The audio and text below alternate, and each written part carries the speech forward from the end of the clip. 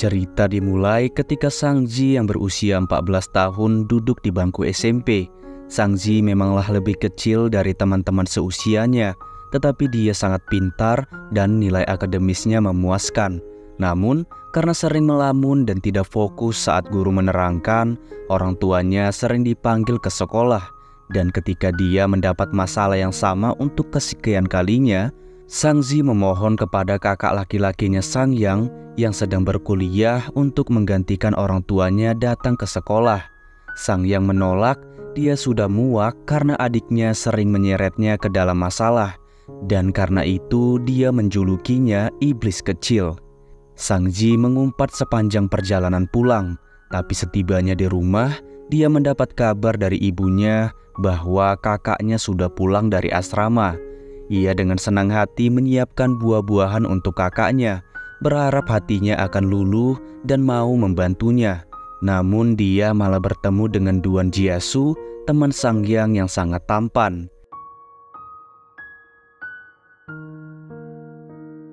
Sang Ji memohon kepada sang kakak untuk membantunya, tetapi sikap manis yang ia tunjukkan tidak lagi mempan, dan akhirnya dia menangis agar kakaknya dimarahi oleh sang ibu. Setelah menangis tanpa hasil, Sang Ji yang putus asa meminta Jiasu berpura-pura menjadi kakaknya untuk bertemu dengan gurunya di sekolah. Jiasu tidak menolak, tapi dia juga tidak memberi kepastian, membuat Sang Ji bertanya-tanya apakah dia mau membantunya atau tidak. Waktu telah berlalu dan sekarang Sang Ji sudah duduk di bangku kelas 2 SMA. Ketika Sang Yang pindah ke kampus utama, dia berencana untuk memindahkan barang-barangnya ke asrama yang baru, yang kebetulan dekat dengan sekolah Sang Ji. Setelah tahu bahwa Sang Yang akan membantu memindahkan barang teman-temannya, Sang Ji menawarkan diri untuk membantu, berharap dia bisa bertemu dengan Jiasu. Sore harinya sepulang sekolah, ketika Sang Ji pergi membantu kakaknya, ia akhirnya melihat Jiasu setelah tidak bertemu dengannya selama beberapa tahun. Jiasu hampir tidak mengenalinya karena sekarang Sang Ji sudah tumbuh dewasa dan dia terlihat sangat manis. Jiasu membawanya ke asrama, di mana teman-teman sekamar yang lain menyambutnya dengan baik.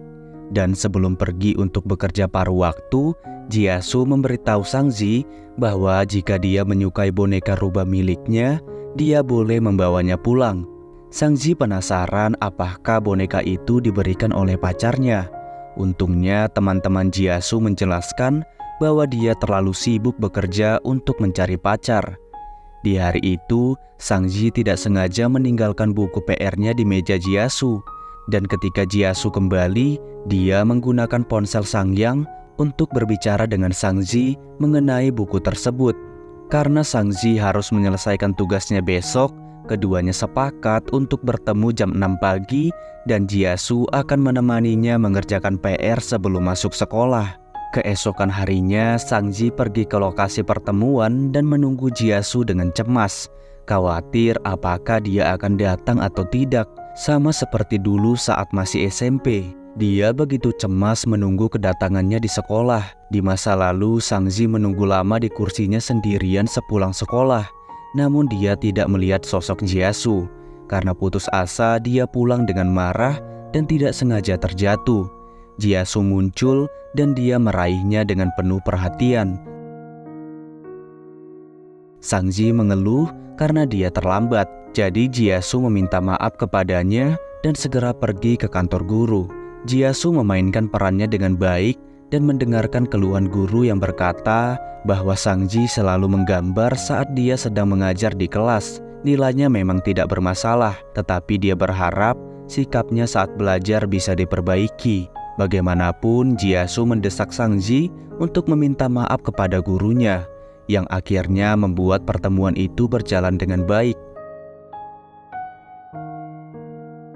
Kembali ke masa sekarang, Sang Ji mengira Jiasu terlambat lagi dan dia mengutuknya melalui telepon, berkata bahwa dia tidak akan punya pacar seumur hidupnya.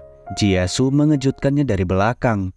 Ternyata dia datang lebih awal dan bahkan memberikan susu untuknya.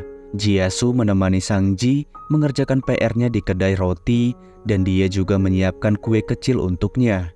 Sang Ji kembali menatapnya dari waktu ke waktu sambil mengerjakan PR.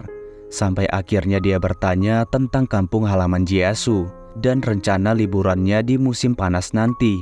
Jiesu hanya menjelaskan bahwa dia berasal dari kota Yihe dan menyuruh Sang Ji segera menyelesaikan PR-nya sambil tersenyum. Sebelum Sang Ji pergi ke sekolah, Jiesu memasukkan selembar kertas ke dalam tasnya. Ternyata semalam dia mengintip buku Sang Ji dan membaca tulisannya yang menyatakan bahwa kakaknya menyebalkan. Jiesu membuat narasinya sendiri melalui kertas dan menyebut bahwa dia senang bisa bertemu dengan Sang Ji lagi. Sepulangnya ke rumah, jantung Sang Ji berdebar kencang saat dia membaca tulisan itu. Dia melihat kertasnya dengan hati-hati dan dengan bahagia menyimpan susu pemberian Jiesu sebelumnya. Sang Ji tidak bisa meminumnya karena alergi sapi. Dia menyimpan botolnya untuk kenang-kenangan. Suatu hari, orang tua Sang Ji pergi ke acara pernikahan teman mereka. Sang Yang mengajak adiknya pergi makan di luar bersama teman-temannya. Sang Ji tidak ingin melewatkan kesempatan untuk bertemu dengan Jiesu dan dia segera berdandan secantik mungkin. Di dalam mobil ada Qianfei, salah satu teman sekamar Sang Yang, dan Jiesu yang tampak mengantuk karena sibuk bekerja. Sang Ji diam-diam memperhatikannya dan Jiesu yang menyadari itu bertanya kepadanya kenapa dia selalu tersipu malu saat melihatnya. Membuat Sang Yang dan Qianfei kesal, tampaknya Jiesu sedikit narsistik. Dan cara dia menggoda lawan jenis sangat kuno dan ketinggalan zaman, membuktikan bahwa dia tidak punya banyak pengalaman tentang cinta. Sesampainya di tempat makan, Sang Ji memaksa ingin tetap berada di dalam mobil sampai ke tempat parkir, tetapi Sang Yang menyuruhnya keluar bersama yang lain. Sang Ji merasa tidak enak badan dan dia pergi ke toilet.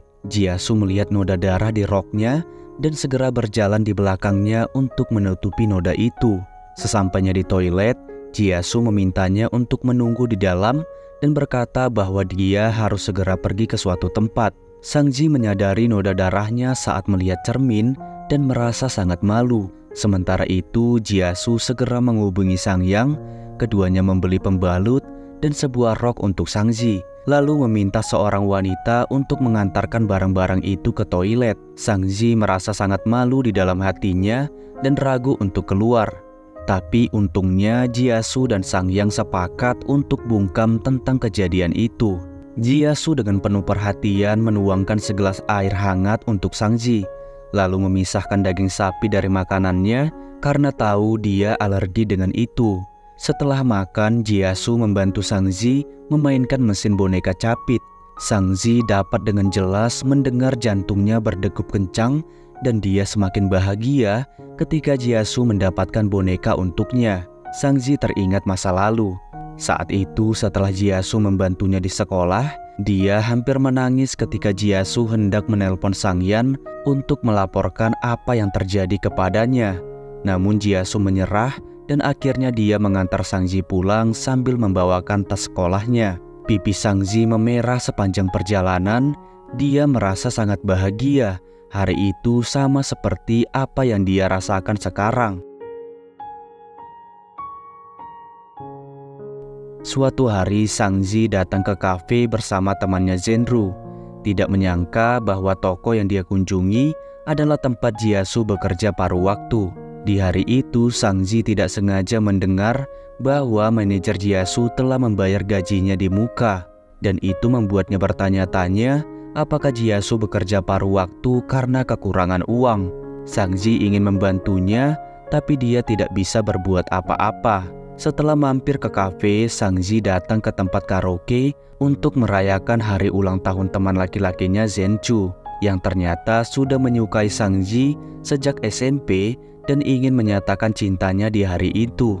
Zhenchu menangis setelah mendapat penolakan yang begitu tegas, dan Jiesu yang mengamati kejadian itu menasehati Sang Ji tentang cara menolak perasaan yang baik dan benar. Bagaimanapun, anak laki-laki itu sudah menyukainya sejak lama dan patut dihargai. Bukan hal yang baik jika harus menolaknya dengan menyakiti perasaannya. Setelah kejadian itu, Zhenru tidak mau berbicara dengan Sangzi lagi.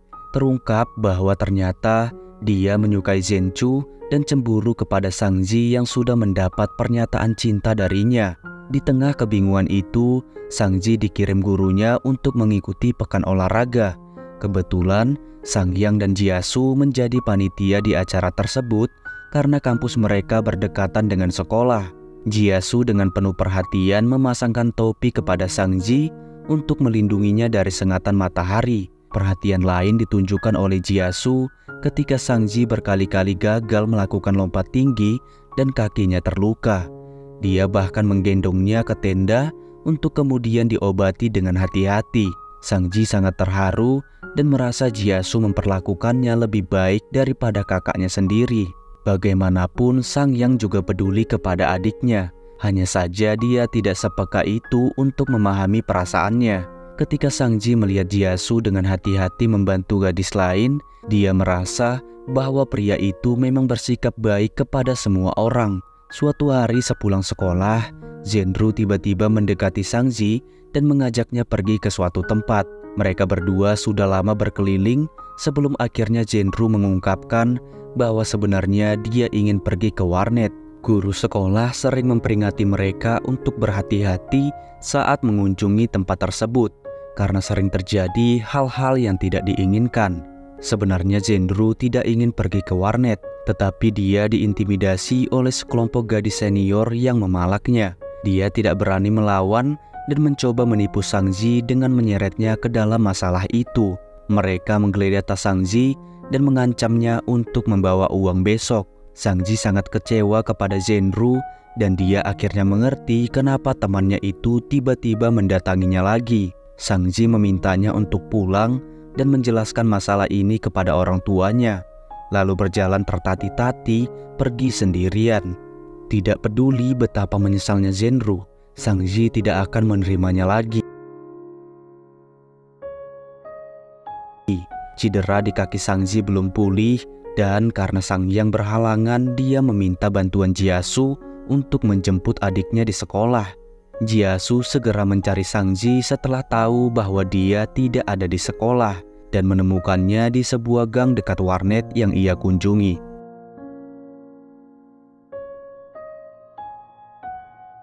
Sangzi tidak mau menceritakan masalahnya kepada Jiasu karena tidak mau merepotkannya. Tetapi Jiasu terlalu kesal untuk membiarkan ini terjadi dan segera bertindak setelah mengetahui semuanya. Keesokan harinya, Sangyang, Jiasu, dan Qianfei datang menemui para berandal yang sudah mengganggu Sangzi. Mereka sudah siap berkelahi jika memang ada laki-laki yang terlibat. Tetapi ternyata mereka hanya sekelompok gadis. Sangyang sangat marah, tapi dia tidak menyakiti mereka. Dan masalah selesai setelah para berandal itu diberi peringatan. Setelah apa yang terjadi, Zhenru dipindahkan ke sekolah lain. Sebelum pergi, dia meninggalkan surat permintaan maaf untuk Sangzi dengan rasa penuh penyesalan. Sangzi tidak menjawabnya. Dia sangat kecewa sekaligus sedih karena pertemanannya harus berakhir dengan cara yang tidak baik. Waktu terus berlalu. Hasil ujian akhir Sangzi keluar dan meskipun nilainya cukup memuaskan, nilai fisikanya sangat rendah, hampir membuatnya tidak lulus. Orang tuanya dengan tulus menasehati Sangzi untuk memikirkan masa depannya dengan baik.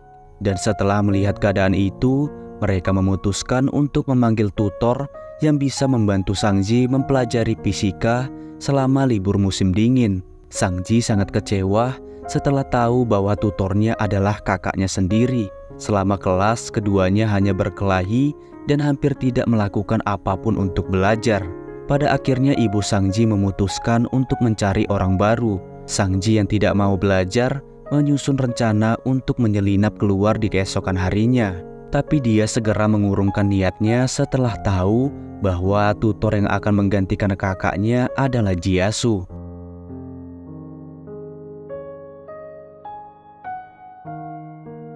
Sebelum sesi belajar dimulai, Jiasu bermain game dengan Sangyan dan Sangzi berusaha memotretnya secara diam-diam. Jiasu yang menyadari itu mulai berpose, membuat Sang Ji malu dan segera mencari alasan untuk menutupinya. Sang Ji tidak tahu apa-apa tentang fisika, tapi Jiasu mengajarinya dengan sangat baik. Sang Ji bertanya kepada Jiasu kenapa dia berkuliah di kota Nanhu. Jiasu menjelaskan bahwa dia ingin berkecimpung dalam industri game dan kota Nanhu memiliki industri game yang paling berkembang. Jadi dia datang ke sini. Selama liburan ini, Jiasu bekerja 4 hari seminggu dan menghabiskan 3 hari sisanya untuk mengajari Sang Ji. Di suatu kesempatan, dia bekerja terlalu keras dan kelelahan saat mengajar. Sang Ji yang menyadari itu membiarkannya untuk beristirahat lebih lama dan dengan hati-hati mengenakan mantel kepadanya. Setelah memberikan tutor selama beberapa hari, Jiasu menyadari bahwa Sang Ji tidak tertarik kepada fisika, sehingga dia mengajaknya pergi ke Museum Sains dan Teknologi untuk meningkatkan minatnya. Momen ini membuat Sang Ji sangat bahagia. Selain mendapatkan banyak pelajaran, dia juga berkesempatan untuk melakukan banyak hal menyenangkan dengan orang yang dia sukai. Jiasu bercerita bahwa dia ingin membuat gamenya sendiri dan menyebarkan kebahagiaan pada orang-orang. Dia percaya bahwa sebuah game dapat membantu seseorang untuk terhindar dari hal-hal negatif selama itu digunakan dengan bijak. Sang Ji membalas ceritanya, berkata bahwa dia akan giat belajar sampai bisa menemukan mimpinya sendiri suatu saat nanti. Setelah membahas masa depan, Sang Ji tiba-tiba meminta Jiasu untuk tidak berpacaran. Sang Ji berbicara seolah dia takut pacar Jiasu akan menghalangi cita-citanya.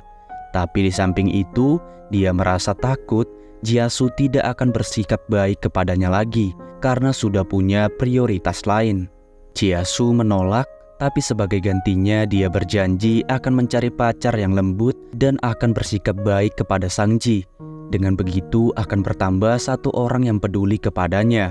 Sang Ji setuju, tapi dia minta Jiasu untuk memperlihatkan calon pacarnya terlebih dahulu kepadanya dan Jiasu berjanji. Waktu berlalu dan tahun baru Imlek tiba.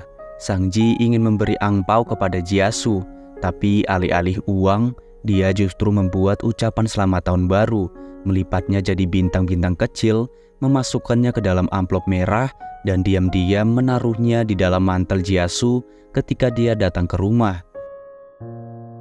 Jiasu dengan sopan menolak ajakan makan malam keluarga Sang Ji karena dia harus kembali ke asrama.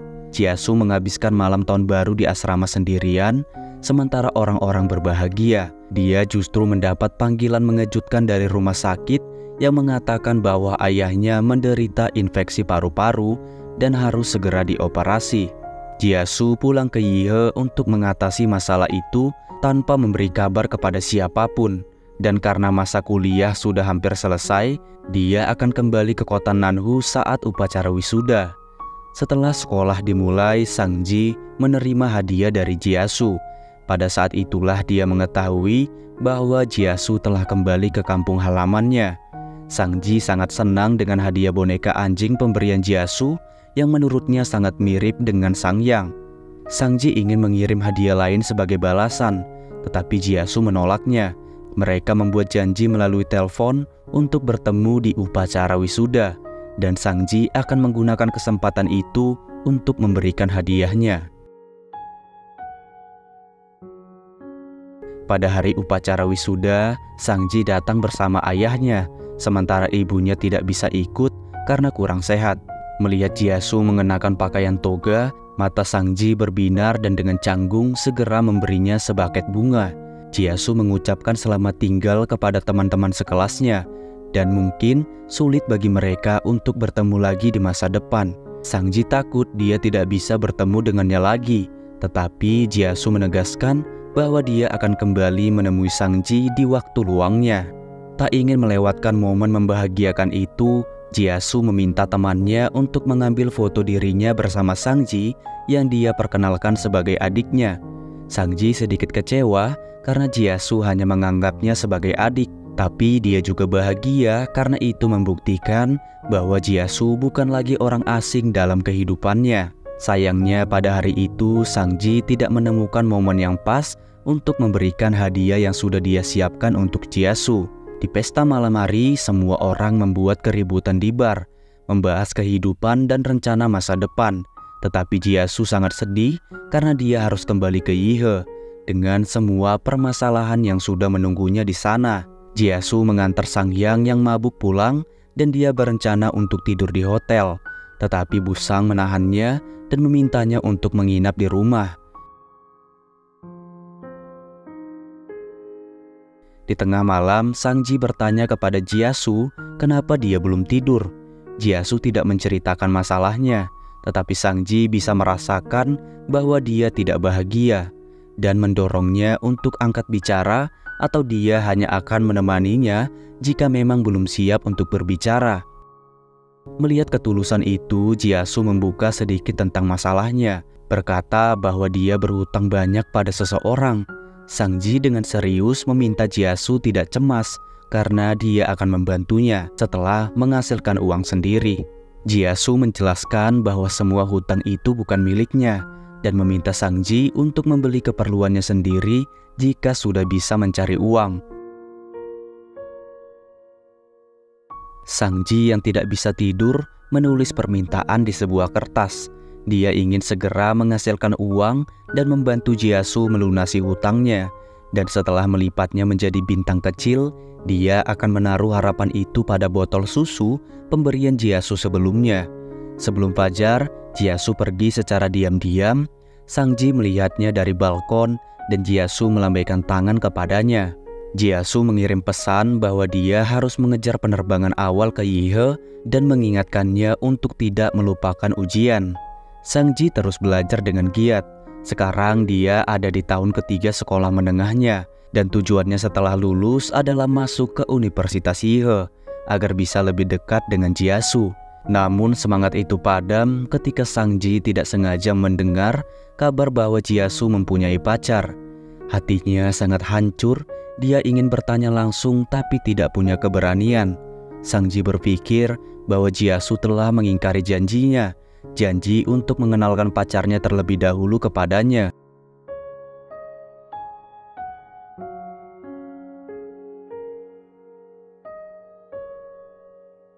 Sangji memutuskan untuk bertanya langsung kepada Jia-su dan Sangyang sangat marah ketika mengetahui bahwa adiknya telah pergi ke Yihe seorang diri. Jadi dia segera meminta Jia-su untuk menjemputnya. Sangji berkata bahwa dia pergi ke Yihe untuk mencari pasangan kencan online. Sangyang dan orang tuanya khawatir, tapi mereka tidak menyadari alasan sebenarnya. Jia-su muncul bersama seorang wanita. Melihat pemandangan itu, Sangji punya banyak pertanyaan dalam hatinya. Apakah dia pacar Jia-su? Sangji hanya terdiam sampai akhirnya dia menangis dan berkata bahwa pasangan kencan online-nya tidak menyukainya dan menganggapnya terlalu muda. Jelas itu hanya alasan bagi Sangji untuk menutupi kesedihannya. Jia-su menghiburnya, berkata bahwa dia akan menemukan seseorang yang lebih baik setelah dewasa. Sangji semakin sedih, berpikir bahwa setelah dia dewasa nanti, Jia-su juga akan menemukan wanita yang lebih baik darinya. Sangji pergi ke toilet sambil menangis dan melihat bagaimana wanita itu terlihat begitu akrab dengan Jia-su, membuatnya semakin sedih. Setelah menangis, Sangji kembali menemui Jia-su, sementara wanita sebelumnya sudah pergi karena urusan pekerjaan. Jia-su telah membeli tiket pesawat untuk Sangji dan dia mengajaknya makan sebelum waktu penerbangan. Sangji menyerahkan hadiah dasi kepada Jia-su yang sebelumnya gagal dia berikan saat upacara wisuda. Kemudian dia diam-diam memasukkan uang ke dalam dompet Jia-su untuk mengganti tiket pesawat. Terakhir dia menyerahkan boneka beruang yang pernah ditangkap Jia-su di mesin capit dan berkata semoga boneka itu bisa membuatnya tetap bahagia. Jia-su menerimanya sambil tersenyum dan mereka akhirnya berpisah.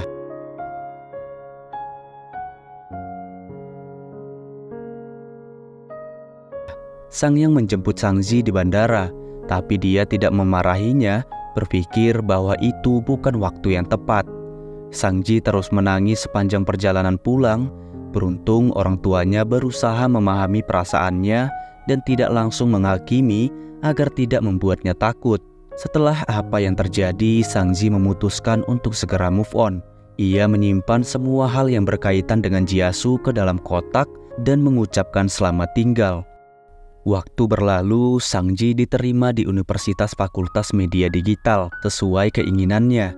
Dia menjalani kehidupan yang memuaskan melalui pelatihan dan kelas militer, dan bertemu dengan sekelompok teman sekamar yang menyenangkan. Ketika salah satu teman Sang-ji berulang tahun, semua orang merayakan di tempat karaoke yang ramai.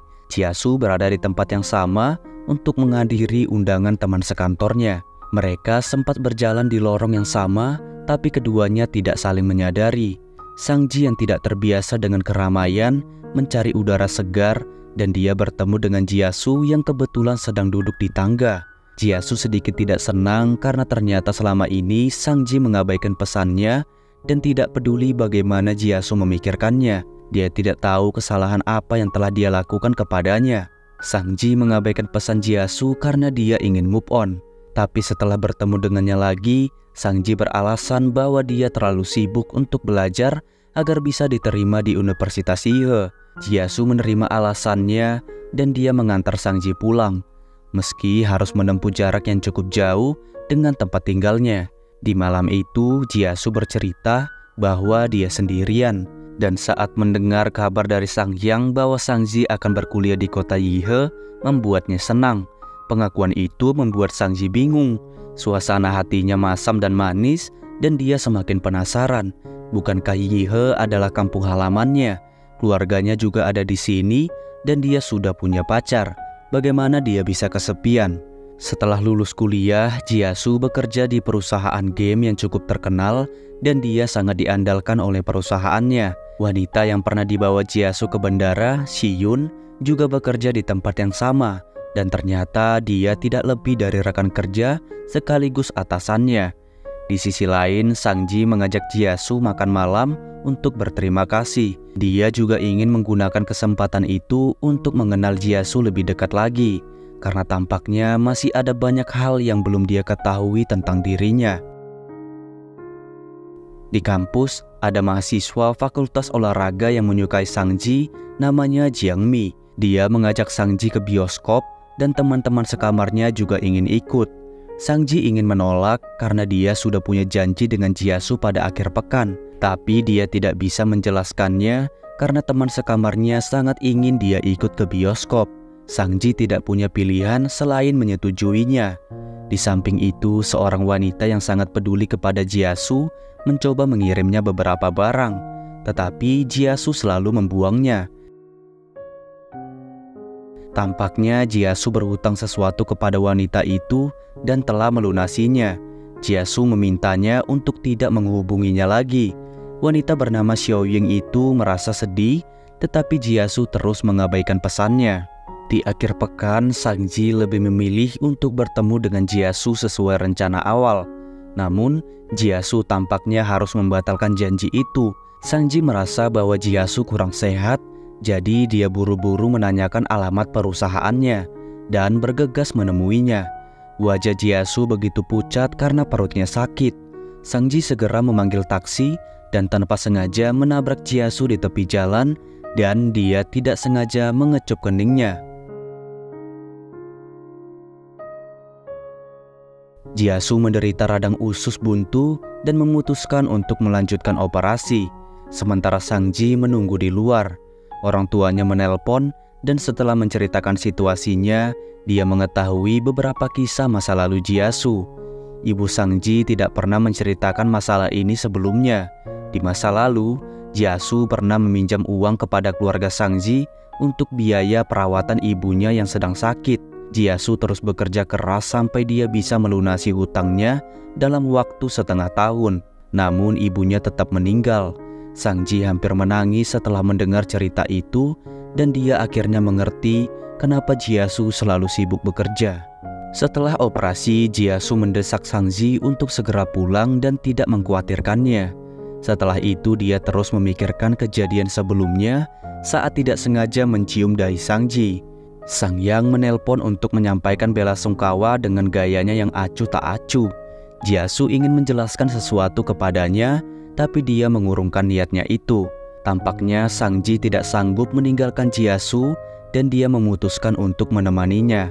Sang Ji percaya bahwa Jia-su akan melakukan hal yang sama jika dia sakit. Karena Jia-su tidak bisa bangun dari tempat tidurnya, Sang Ji menawarkan diri untuk membersihkan wajahnya sebelum tidur, dan dia melakukannya dengan penuh perhatian.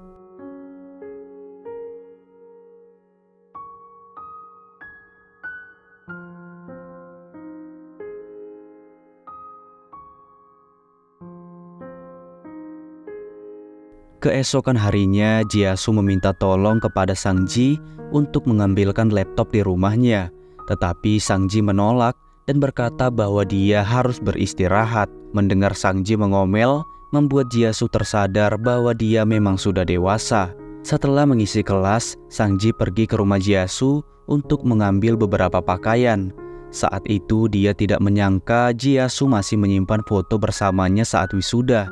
Dan setelah melihat foto ibu Jia-su, Sang Ji memperkenalkan dirinya. Xiao Ying datang tepat setelah Sang Ji pergi. Dia tidak tahu bahwa Jia-su sedang dirawat di rumah sakit dan rumahnya kosong.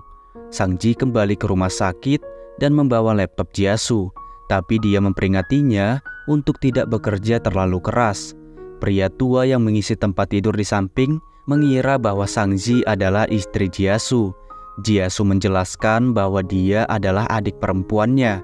Namun pria tua itu ternyata tidak bisa mendengar dengan baik dan bersikeras bahwa mereka adalah pasangan yang serasi. Jia-su mengiyakan perkataannya dan menanggapi semuanya dengan candaan. Tampaknya Sang Ji tidak senang dengan candaan itu. Dia selalu menyembunyikan perasaannya dengan hati-hati, tetapi Jia-su dengan mudahnya membuat candaan tentang itu. Sang Ji berpikir bahwa mungkin di dalam hati Jia-su, dia tidak akan punya hubungan selain kakak dan adik. Itu sebabnya dia bisa membuat candaan seperti itu. Setelah pulang dari rumah sakit, Sang Ji cukup perhatian sampai membuat banyak catatan agar Jia-su menjaga pola makannya. Setelah pergi, dia menghibur diri sendiri dan menerima keadaan bahwa dia hanya adik perempuan Jia-su. Di samping itu, Jia-su menyadari perubahan sikap Sang Ji dan khawatir dia akan marah. Setelah menceritakannya kepada Siyun, Jia-su mendapat saran untuk mengajak Sang Ji makan dan membicarakan masalahnya. Sang Ji tidak bisa menolak ajakan Jia-su ketika dia mengundangnya makan pada malam tahun baru. Jia-su meminta maaf kepadanya atas candaan yang telah dia buat di rumah sakit. Namun Sang Ji mengatakan bahwa itu bukan masalah besar. Keduanya mengobrol dengan gembira, tetapi Xiao Ying kebetulan melihat mereka dan dengan marah menyiram Jia-su, merasa bahwa dia telah mengabaikannya. Sang Ji yang tidak terima membalas perbuatan Xiao Ying, yang kemudian dia semakin murka dan menuntut Jia-su bahwa dia berhutang seumur hidup kepadanya. Pada akhirnya dia diseret oleh temannya dan pekerja kafe. Sang Ji membantu Jia-su menyeka air di wajahnya dan bertanya siapa orang itu. Jia-su hanya menjelaskan bahwa ayahnya berhutang pada wanita itu. Sang Ji ingat bahwa dia pernah berpapasan dengannya dan khawatir wanita itu akan terus mengganggu Jia-su. Melihat bagaimana Sang Ji begitu peduli kepadanya, membuat Jia-su terharu. Pintu hatinya seolah terketuk dan dia sangat berterima kasih. Salju turun pada malam itu. Sang Ji diam-diam membuat permohonan, meminta kepada semesta agar Jia-su dijauhkan dari hal-hal yang tidak menyenangkan dan berharap dia bisa terus ada di sisinya. Jia-su menirunya dan membuat permohonan, berharap Sang Ji selalu bahagia dan sehat selalu.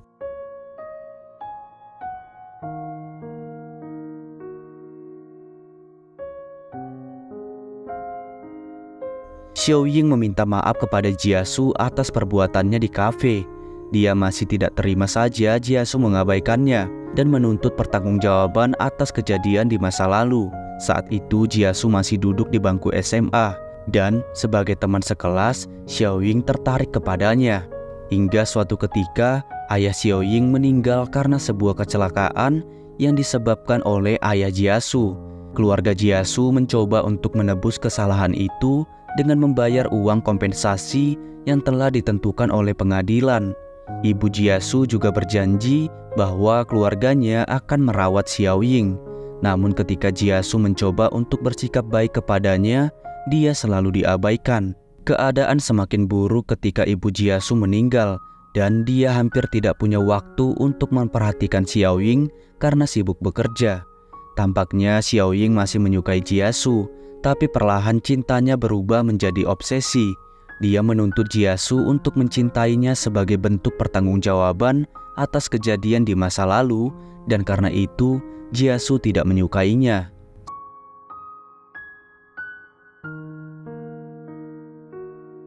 Setelah apa yang terjadi, Jiasu merasa lebih baik setelah melihat foto Sangji yang entah bagaimana bisa memberikan kedamaian untuknya.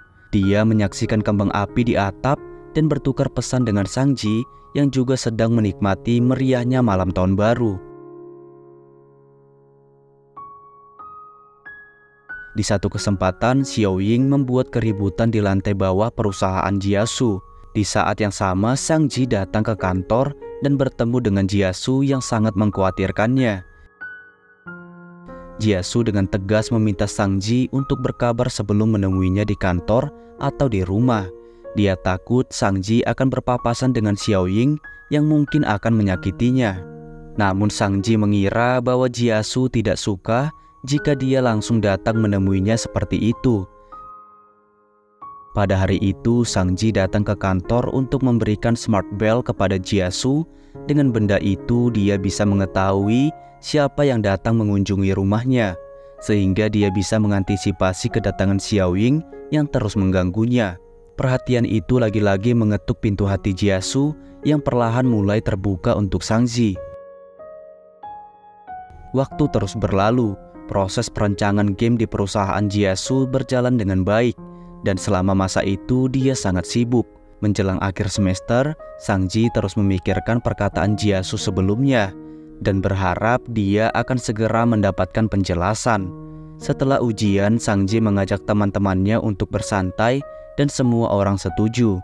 Jiangming menyanyikan lagu cinta di atas panggung untuk Sangji, tetapi dia terabaikan ketika Jiasu menelpon. Sangji yang sedikit mabuk mengatakan bahwa dia ada di bar bersama teman-temannya dan Jiasu bergegas untuk menjemputnya. Melihat Sangji keluar, Jiangming segera mengikutinya. Jiasu datang ketika Jiangming berusaha membantu Sangji yang terlalu banyak meminum anggur. Jiasu segera mengambil alih dan Jiangming tidak punya pilihan selain pergi setelah Sangji berkata bahwa dia adalah kakaknya. Sangji yang mabuk mulai merasa mual sehingga Jiasu menggendongnya. Di malam itu, Sangji mengungkapkan sebuah rahasia bahwa dia menyukai seseorang. Sangji tidak mengatakan siapa orangnya, hanya saja dia menjelaskan bahwa orang itu bersikap baik pada semua wanita dan itu membuatnya sedih. Jiasu tidak tahu siapa orang yang dibicarakan Sangji, tetapi dia merasa tidak nyaman dengan pengungkapan itu. Jiasu mengantar Sangji pulang ke asramanya. Dan keesokan harinya Sangji terbangun dengan kesal memikirkan apa yang terjadi kemarin, terutama ketika dia tidak sengaja memuntahi Jiasu. Teman-teman sekamarnya sangat heboh. Mereka sering mendengar cerita tentang Jiasu, tapi tidak pernah menyangka bahwa dia setampan itu. Sangji memutuskan untuk pulang ke Nanhu selama liburan akhir semester. Dia sudah membeli tiket, dan Jiasu yang mengetahui itu datang ke asrama untuk kemudian mengantarnya ke bandara. Saat dia memasukkan barang bawaannya ke dalam mobil, Jiangming tiba-tiba datang untuk berbicara dengan Sangji dan mengungkapkan perasaannya. Sangji bingung, tapi kemudian dia teringat dengan nasihat Jiasu tentang cara menolak perasaan yang baik dan benar. Jiangming menerima penolakannya dengan lapang dada. Setelah Sangji mengucapkan terima kasih dan menjelaskan bahwa dia sudah menyukai seseorang, Jiasu menyaksikan semuanya dari kejauhan dan berpikir bahwa pria itu adalah orang yang disukai Sangji. Anehnya, dia terlihat cemburu sepanjang perjalanan menuju bandara, dan ini adalah bukti bahwa dia mulai menyukainya. Sangji menghabiskan waktu liburannya di rumah. Sementara itu, Qian Fei datang untuk makan malam bersama Jiasu dalam perjalanan bisnis pertamanya di kota Yihe. Jiasu menceritakan sedikit tentang kisah percintaannya, berkata bahwa dia sedang tertarik pada gadis muda yang sayangnya sudah menyukai seseorang. Jiasu menjelaskan bahwa gadis itu menyukai pria yang bersikap baik pada semua wanita. "Bukankah itu kau?" kata Qianfei, yang kemudian menjelaskan bahwa mungkin pria yang disukai gadis itu adalah Jiasu karena dia juga bersikap baik pada semua wanita. Jiasu menyangkal pada awalnya, tapi kemudian dia memutuskan untuk mencari tahunya dengan hati-hati. Jiasu pergi ke kota Nanhu untuk menghadiri pernikahan Qianfei. Sangji terkejut saat melihat Jiasu mengenakan dasi pemberiannya, dan sepanjang pertemuan dia selalu bercanda mengakui Sangyan sebagai kakaknya, membuat Sangji semakin kebingungan. Jiasu menggunakan kesempatan itu untuk mengetahui perasaan Sangji, sehingga dia mengamati setiap tingkah lakunya, melihat bagaimana Sangji sering salah tingkah dan membuat alasan yang tidak konsisten. Jiasu berpikir bahwa Sangji memang tertarik kepadanya. Setelah makan, Sangyang menolak untuk pulang. Sangji mau tidak mau mengucapkan selamat tinggal pada semua orang, tetapi Jiasu menawarkan diri untuk mengantarnya pulang. Pada malam itu, untuk pertama kalinya Jiasu memanggil Sangji dengan nama panggilannya Zizi, membuatnya tertegun sejenak. Setelah mengantar Sangji pulang, Jiasu memberinya hadiah tahun baru, berupa gelang dengan inisial nama terukir di atasnya. Pandangan Jiasu tampak tidak biasa pada malam itu, membuat Sangji bertanya-tanya apa yang terjadi kepadanya. Sangji mencari tahu makna memberikan gelang, tapi dia kecewa setelah membaca artikel yang menyebutkan bahwa itu hanya wujud perhatian dari orang yang lebih tua, dan karena itu dia tidak mau memakainya. Di samping itu, Jiasu berjuang sepanjang malam untuk mendapatkan tiket penerbangan yang sama dengan Sangji agar dia bisa kembali ke Yihe bersamanya. Di bandara, Jiasu bertemu dengan teman sekelas SMA-nya yang secara tidak sengaja menyinggung Xiaoying dan berkata bahwa Jiasu berpacaran dengannya. Jiasu segera menyangkalnya dan Sangji pura-pura santai saat bertanya tentang itu. Dia akhirnya tahu bahwa Xiaoying adalah wanita yang pernah menyiram Jiasu di kafe. Jiasu menjelaskan bahwa jika dia punya pacar, dia akan mengenalkannya terlebih dahulu kepada Sangji. Mendengar perkataan itu, Sangji terkejut dan menyadari bahwa Jiasu tidak pernah melupakan janjinya. Kemudian dia bertanya tentang wanita yang pernah dibawa Jiasu ke bandara saat itu. Jiasu tersenyum melihat Sangji tampak cemburu dan malu-malu. Dia semakin yakin bahwa gadis itu memang menyukainya. Merasa telah mendapatkan lampu hijau, Jiasu memutuskan untuk mengejar Sangji terlebih dahulu untuk menjaga harga dirinya. Dia menerima segala bentuk masukan dari teman-temannya tentang cara mendapatkan hati seorang wanita.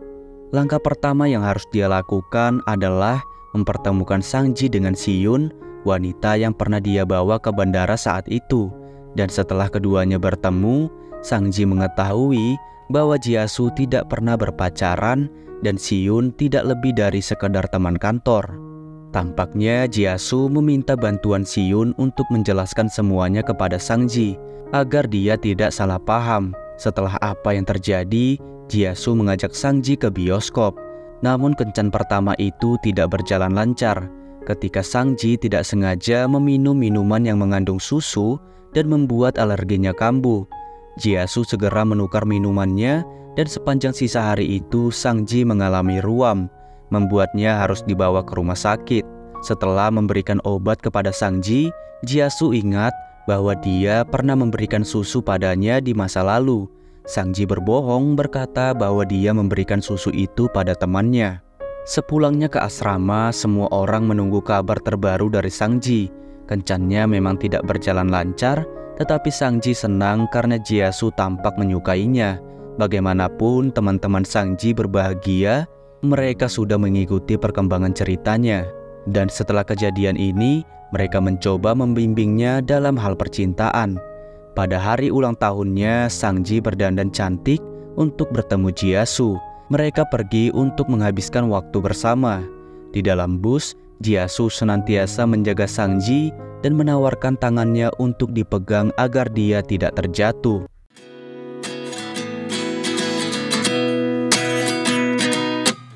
At 29 and I find myself wondering what did happen to the last 10. I ran away with my life, fast forward, never turn back again.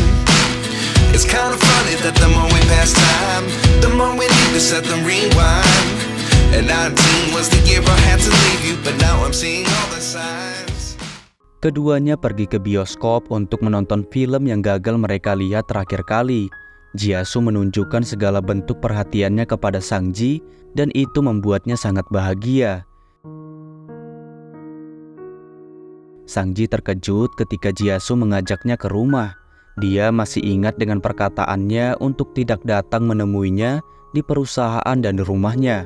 Jia-soo dengan cepat menjelaskan bahwa dia hanya tidak ingin Sang-ji berpapasan dengan Xiaoying yang mungkin akan menyakitinya. Dan karena itu dia memintanya untuk memberi kabar jika ingin menemuinya. Sang-ji mengerti dan dia menerima ajakan Jia-soo untuk datang ke rumahnya. Ternyata Jia-soo telah menyiapkan kejutan ulang tahun di rooftop rumahnya serta kue ulang tahun yang disiapkan khusus untuknya. Sang-ji sangat bahagia karena ini adalah ulang tahun pertamanya bersama Jia-soo dan dia berharap bisa merayakannya lagi di masa depan. Jia-soo menyiapkan hadiah untuk Sang-ji dan meminta dia untuk membukanya setelah pulang.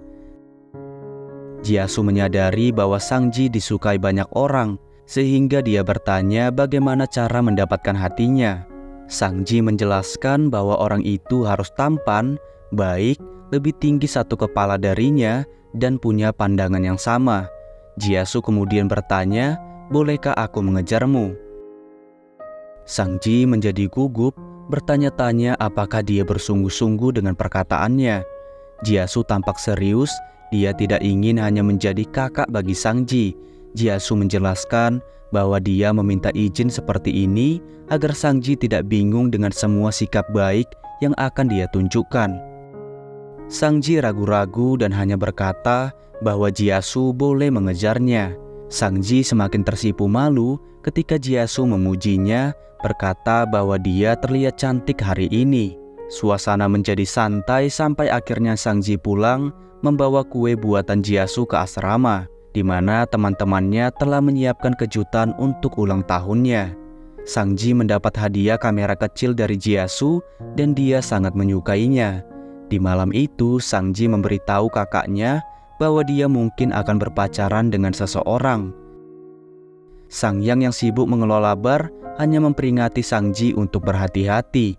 Tapi setelah mendengar bahwa adiknya mengincar seorang yang lebih tua, dia tidak bisa tenang dan segera menceramahinya. Sang-ji menerima saran temannya untuk menguji Jia-soo dengan tidak langsung menerima ajakannya untuk berkencan. Baru setelah Jia-soo terus mencari cara agar bisa bertemu dengannya, Sang-ji menerima ajakannya, namun kesibukan Jia-soo tampaknya menjadi alasan utama kenapa mereka pada akhirnya jarang bertemu. Melalui kejadian itu, Sang-ji mulai meragukan perasaan Jia-soo. Hingga suatu ketika, Jia-soo lagi-lagi harus membatalkan janji kencannya dengan Sang-ji. Kali ini bukan karena pekerjaan, tapi dia harus pergi ke rumah sakit untuk melihat keadaan ayahnya yang koma akibat kecelakaan beberapa tahun lalu. Malam itu, setelah tidak sengaja menabrak ayah Xiaoying, alih-alih bertanggung jawab, ayah Jia-soo memilih untuk kabur. Keluarga meminta dia untuk menyerahkan diri ke polisi, tapi dia tidak mau mendengar dan pergi melompat ke jendela yang cukup tinggi. Kehidupan Jia-soo hancur seketika. Ayahnya yang tidak berdaya koma di rumah sakit. Ibunya terpaksa terus bekerja siang dan malam untuk mencari nafkah, dan masa muda Jia-soo dihabiskan untuk belajar sambil bekerja. Penderitaannya terus berlanjut ketika ibunya jatuh sakit dan akhirnya meninggal dunia. Setelah mengunjungi ayahnya, Jia-soo pulang ke rumah dengan wajah lelah. Meski dia sangat ingin beristirahat, dia memilih untuk pergi ke asrama, berpikir bahwa itu satu-satunya kesempatan untuk bertemu dengan Sang-ji. Jia-soo sering melewatkan janji tetapi Sang Ji cukup dewasa untuk memahami dan memakluminya. Sebagai bentuk dukungan, saat mereka bertemu, Sang Ji membelikan permen kapas untuk Jia-su dan mengatakan bahwa memakan ini akan membuatnya bahagia. Ini adalah pertama kalinya Jia-su mendapat dukungan yang manis dari seseorang, dan dia sangat bersyukur. Ketika Sang Ji menghadiri seminar terbuka di kampusnya, Jia-su diam-diam datang untuk berpartisipasi. Sang Ji sangat gugup ketika Jia-su terus menatapnya, sehingga dia pura-pura tidur dan memejamkan matanya. Jia-su mendekatkan wajahnya pada muka Sang Ji dan mencolek pipinya. Sang Ji berpikir dia menciumnya tanpa peringatan, dan Jia-su dengan sengaja menanyakan apa yang dia lakukan barusan. Alih-alih menjawabnya dengan kata-kata, Sang Ji meminta Jia-su untuk mendekat lalu mencium pipinya. Dengan malu-malu, Sang Ji berkata bahwa meski dia telah melakukan itu, dia masih belum mau menerimanya. Jia-su terus menggodanya sepanjang sisa waktu dalam kelas, dan setelah itu mereka berdua jalan-jalan di sekitar kampus. Liburan akan segera tiba. Sang Ji memutuskan untuk tinggal di kota dan mencari tempat magang untuk menambah pengalaman. Sang Yang yang mengetahui itu tidak mengizinkannya karena dia khawatir sang adik akan menghabiskan waktunya untuk berpacaran. Walaupun sebagian alasan Sang Ji tidak mau pulang adalah Jia-su, tapi dia bersungguh-sungguh ingin menambah pengalamannya dengan magang. Sang Ji menyiapkan kejutan ulang tahun untuk Jia-su di sebuah restoran. Dia meminjam dapur untuk membuat makanan tradisional yang disebut mie panjang umur. Jia-su sangat menyukainya dan menyantapnya dengan nikmat. Kemudian dia memejamkan matanya dan membuat satu permohonan. Sang Ji tahu apa keinginannya dan berkata bahwa itu akan terkabul dengan mudah, karena sekarang dia sudah menerimanya. Mereka saling menatap satu sama lain dan larut dalam kisah asmara yang baru. Mereka mulai merasa hari itu sangat spesial karena ini adalah ulang tahun pertamanya bersama Sang Ji dan juga hari pertama mereka bersama. Jia-su menjelaskan situasi keluarganya kepada Sang Ji yang sebelumnya tidak pernah dia ceritakan. Jia-su takut masalah yang sedang dia hadapi sekarang mungkin akan membuat Sang Ji tidak bahagia. Sang Ji menyangkal bahwa dia sama sekali tidak merasa keberatan dan berjanji akan senantiasa berada di sisinya. Menjelang libur akhir semester, Sang Ji mulai mencari tempat magang. Ketika listrik di asrama padam, Jia-su membawa Sang Ji ke rumahnya dan membantunya untuk belajar. Tidak hanya itu, dia juga menyiapkan makanan untuknya dengan penuh perhatian. Sebagai imbalan, Sang Ji mengambil alih dapur dan mencuci semua alat masaknya. Setelah makan, sore harinya Jia-su mengantar Sang Ji pulang sambil memegang tangannya dengan erat. Dia merasa bangga dan manis di hatinya, dan untuk pertama kalinya Sang Ji bisa dengan lantang mengatakan bahwa dia sangat menyukai Jia-su. Sebuah kalimat yang begitu sederhana, tapi butuh banyak keberanian untuk mengungkapkannya.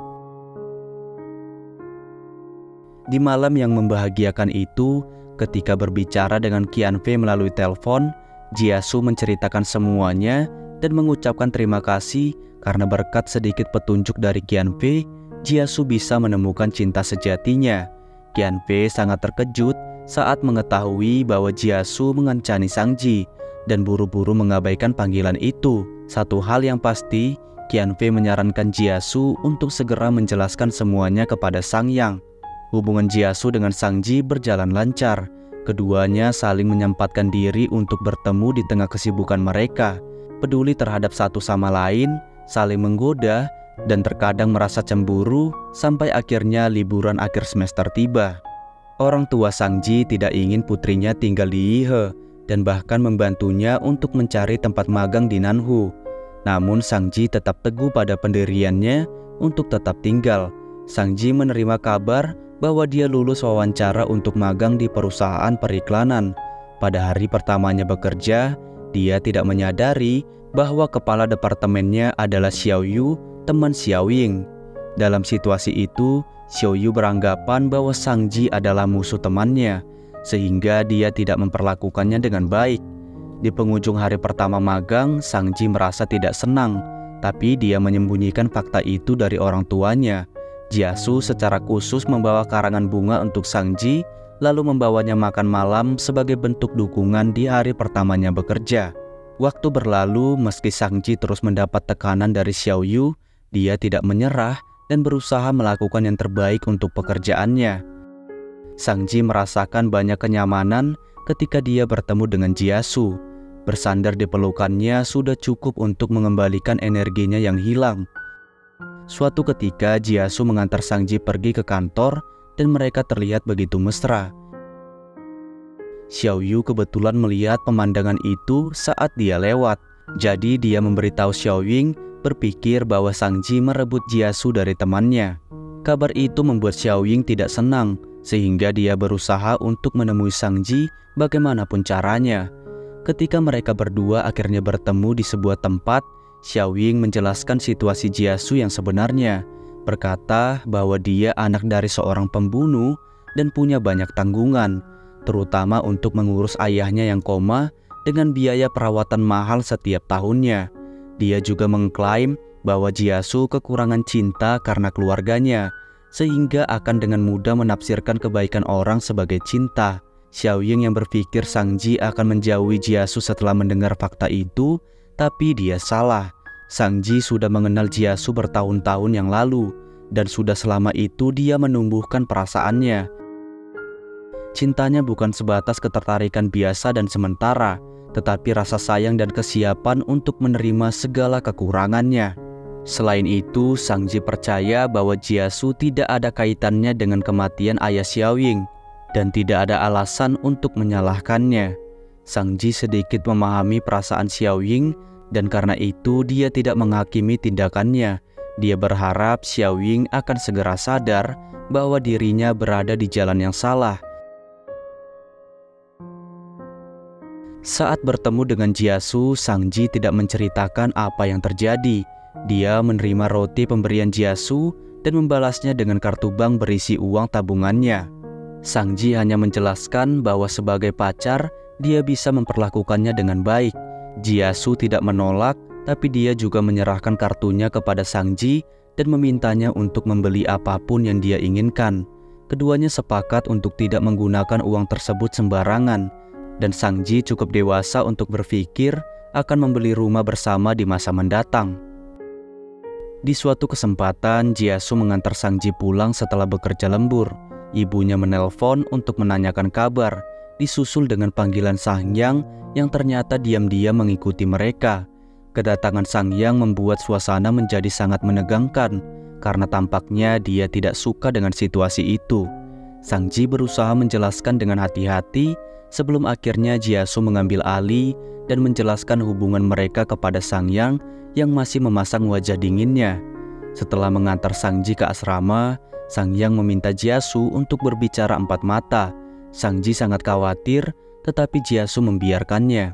Setibanya di tempat sepi, Sangyang melepaskan semua emosi yang dia tahan dan memukul Jiasu. Dia terus memukulnya beberapa kali tanpa perlawanan.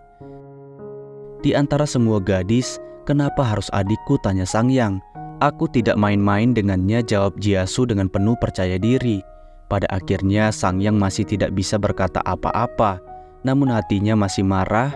Dia hanya takut adiknya akan tersakiti, dan sudah pasti itu akan berimbas pada hubungan pertemanannya dengan Jiasu. Sangyang meredakan emosinya dan membawa Jiasu pergi untuk diobati. Di perjalanan, Jiasu berjanji kepada Sangyang bahwa dia akan memperlakukan Sang-ji dengan baik selama sisa hidupnya. Jiasu berulang kali menyatakan bahwa dia serius dan perbedaan usia di antara mereka tidaklah terlalu besar, hanya 5 tahun. Setibanya di rumah Jiasu, Sangyang tidak berkata bahwa dia merestui hubungan adiknya dan hanya memperingati Jiasu tentang konsekuensi yang akan dia terima jika adiknya terluka. Keesokan harinya, Jiasu mengenakan masker untuk menutupi lukanya dari Sang-ji, tapi dia tidak berhasil. Sang-ji tahu bahwa itu perbuatan kakaknya, jadi dia dengan marah mendatangi dia di sebuah kafe.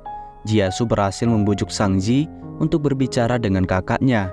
Keduanya bertengkar tapi kemudian berbaikan dengan canggung. Bagaimanapun Sangyang melakukan semua itu karena peduli kepada adiknya. Hanya saja dia tidak bisa menunjukkannya dengan cara yang lembut. Jia-su pergi ke perusahaan setelah memulangkan Sang-ji, dan Sangyang bersikeras ingin menemaninya kerja lembur di kantor. Di hari yang tidak terduga itu, Sangyang mengungkapkan bahwa dia sangat mengkhawatirkan hubungan adiknya. Tapi di sisi lain, dia merasa lega mengetahui pacar Sang-ji adalah Jia-su yang sudah sangat dia kenali sifat dan kepribadiannya. Sangyang pulang di keesokan harinya karena dia harus mengelola bar miliknya. Jia-su secara tidak sengaja mendapat kabar dari seseorang yang melihat Xiaoying berbicara dengan Sang-ji. Dia segera menemui Xiaoying dengan surat peringatan dari kantor polisi, mengatakan kepadanya jika dia menemui pacarnya lagi, dia akan membawa kasus itu ke ranah hukum. Jia-su tidak akan pernah membiarkan siapapun menyakiti Sang-ji dan akan melakukan apapun untuknya. Di tempat magang, Sang-ji berani mengemukakan idenya sendiri pada sebuah pertemuan. Meskipun Xiaoyu tidak setuju, pemimpin sangat menyukainya dan meminta seluruh tim untuk mempertimbangkan ide tersebut. Ketidaksukaan Xiaoyu terhadap Sang-ji semakin kuat. Dia merasa telah dipermalukan dalam pertemuan tersebut dan menuduh Sang-ji sebagai pencuri pacar orang. Sang-ji tidak pernah menceritakan masalahnya kepada Jia-su selama dia bisa mengatasinya sendiri. Dia tidak mau membebani pacarnya yang sudah sangat sibuk bekerja. Jia-su menyadari itu, tapi dia juga ingin menjadi sosok pacar yang bisa diandalkan dan meminta Sang-ji untuk membagi masalahnya jika sudah terasa sangat berat. Agar bisa lebih sering bertemu Sang-ji, Jia-su menyewa rumah dengan 2 kamar di dekat kampusnya. Dia membeli rumah itu bukan untuk ditinggali bersama, namun jika Sang-ji merasa lelah di kemudian hari, akan ada tempat beristirahat untuknya. Jia-su dengan sungguh-sungguh menyerahkan kuncinya kepada Sang-ji, menandakan bahwa ini akan menjadi rumahnya di masa mendatang. Kebetulan tidak lama dari itu, AC di rumah Sang-ji rusak, sehingga dia terpaksa tinggal di rumah Jia-su untuk sementara. Banyak hal manis terjadi di antara mereka selama tinggal bersama, dan yang paling penting, mereka sama-sama mengenali batasan satu sama lain. Proyek Jia-su mengalami kemajuan besar setelah begadang semalaman dan bekerja lembur tahun ini. Game yang dikembangkan bersama timnya akhirnya diluncurkan dan mendapat banyak respon positif. Sementara itu, di hari terakhir magang, Sang-ji secara khusus memberi hadiah perpisahan untuk Xiaoyu dan menyatakan bahwa dia tidak merebut pacar siapapun. Dia juga menyarankannya untuk menemani Xiaoying pergi ke psikiater yang bisa membantunya, dan Xiaoyu bisa mengetahui apa yang sebenarnya terjadi. Setelah kuliah dimulai, Sang-ji berencana untuk berpartisipasi dalam kompetisi desain di universitas, dan selama libur hari nasional, dia pulang ke Nanwu karena orang tuanya sangat merindukannya. Setibanya di rumah, ibu Sang-ji tidak sengaja mendengar putrinya menelpon seseorang dengan mesra, tidak menyadari bahwa itu adalah Jia-su. Ayah Sang-ji sangat khawatir dan segera menanyakan perihal hubungan tersebut. Sebelum Sang-ji sempat mengaku dia takut dengan tanggapan orang tuanya yang mungkin akan menentang dan pergi menghindari percakapan itu.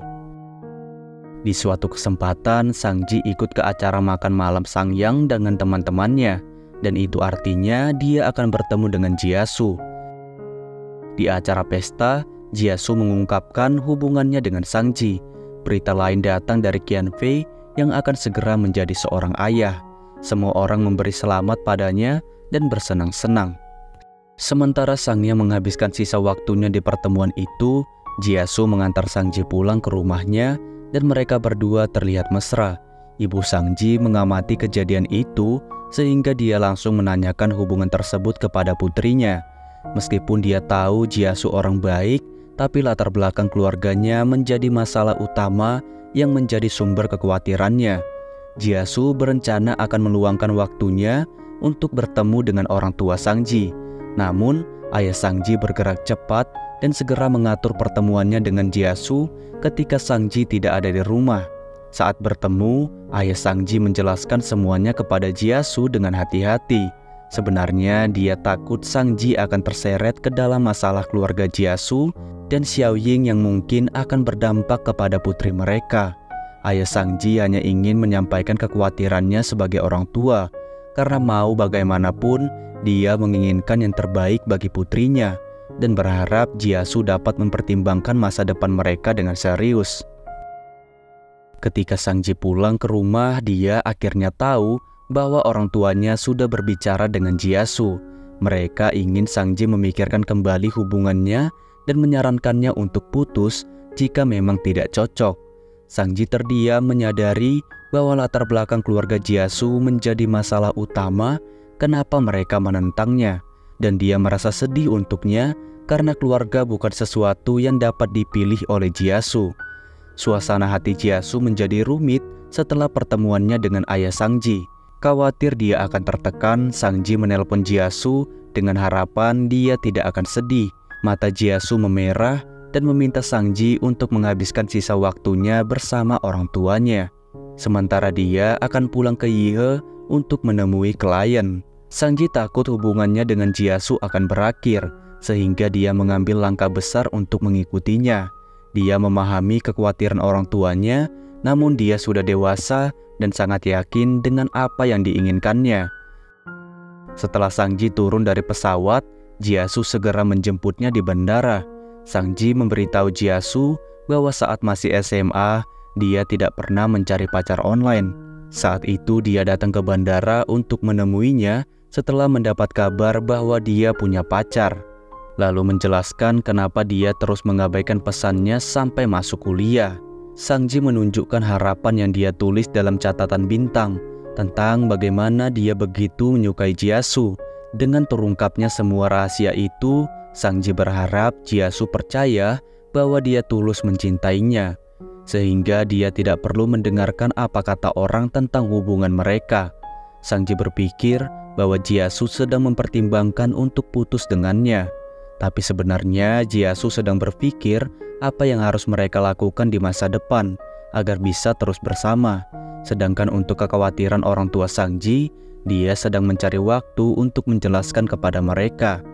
Jia-su mengambil langkah besar dalam hidupnya. Dia mengundurkan diri dari perusahaan dan kembali ke Nanwu untuk memulai perusahaannya sendiri. Kemudian dia mendapat panggilan dari rumah sakit mengenai kondisi ayahnya yang semakin buruk.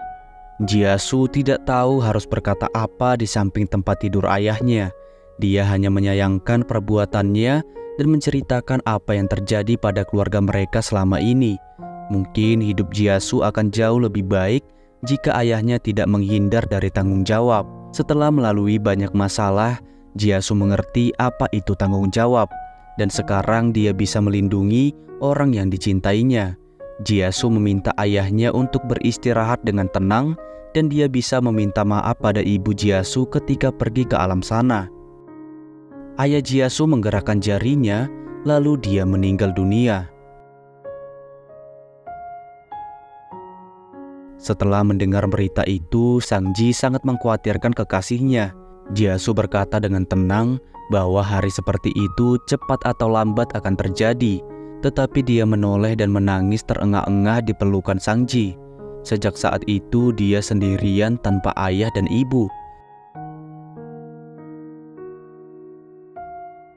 Di makam ibunya, Jia-su memberitahunya bahwa ayahnya telah pergi dan berharap mereka bisa hidup bahagia di sana. Sang Ji mengungkapkan bahwa Jia-su adalah orang yang baik dan dia berjanji akan melindunginya, terus berada di sisinya, serta mencintainya sepenuh hati agar dia tidak merasa sendirian. Demi masa depan mereka, Jia-su harus kembali ke Nanwu lebih awal untuk mempersiapkan bisnisnya sendiri, sementara Sang Ji harus menyelesaikan studinya di Yihe. Berat rasanya bagi mereka untuk berpisah, tapi itu adalah jalan terbaik. Sang Ji sibuk mengikuti kompetisi desain di kampus, sementara Jia-su mulai mencari kantor dan membangun studionya. Langkah demi langkah setelah mencari waktu yang tepat, Jia-su mengunjungi orang tua Sang Ji, dan setelah makan bersama, dia memberanikan diri untuk mengungkapkan pikirannya. Jia-su memahami kekhawatiran mereka sebagai orang tua, tetapi dia juga tulus mencintai Sang-ji. Jia-soo mengungkapkan bahwa masa depannya mungkin berbeda jika bukan karena Sang-ji yang selalu ada di sisinya dan membantunya keluar dari kesedihan masa lalu. Jia-soo berkata bahwa saat ini dia tidak punya banyak hal, tapi dia akan menggunakan semua yang dia miliki untuk membahagiakan Sang-ji. Orang tua Sang-ji tidak peduli pada hal lain selain kebahagiaan putrinya, dan berkat ketulusan hati Jia-soo, mereka akhirnya melepaskan Sang-ji dan merestui hubungan mereka berdua. Sang-yeon dengan tulus berharap agar hubungan adiknya berjalan dengan baik, dan Jia-soo sangat berterima kasih kepadanya atas semua dukungan yang dia berikan selama ini. Sang-ji sangat senang setelah mengetahui orang tuanya sudah memberikan restu. Kabar baik lainnya datang dari proyek desain Sang-ji yang memenangkan penghargaan. Jia-soo berbohong saat berkata padanya dia sangat sibuk dan tidak bisa menemaninya di upacara penghargaan. Pada kenyataannya, dia hadir di acara tersebut sebagai perwakilan senior yang akan menyerahkan penghargaan kepada para peserta. Kejutan itu membuat Sang-ji sangat senang dan dia tidak bisa berhenti menatapnya saat berdiri bersama di atas panggung.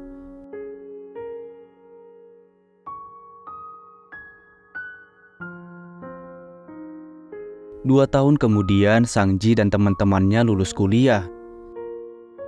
Semua orang datang ke pantai untuk merayakannya.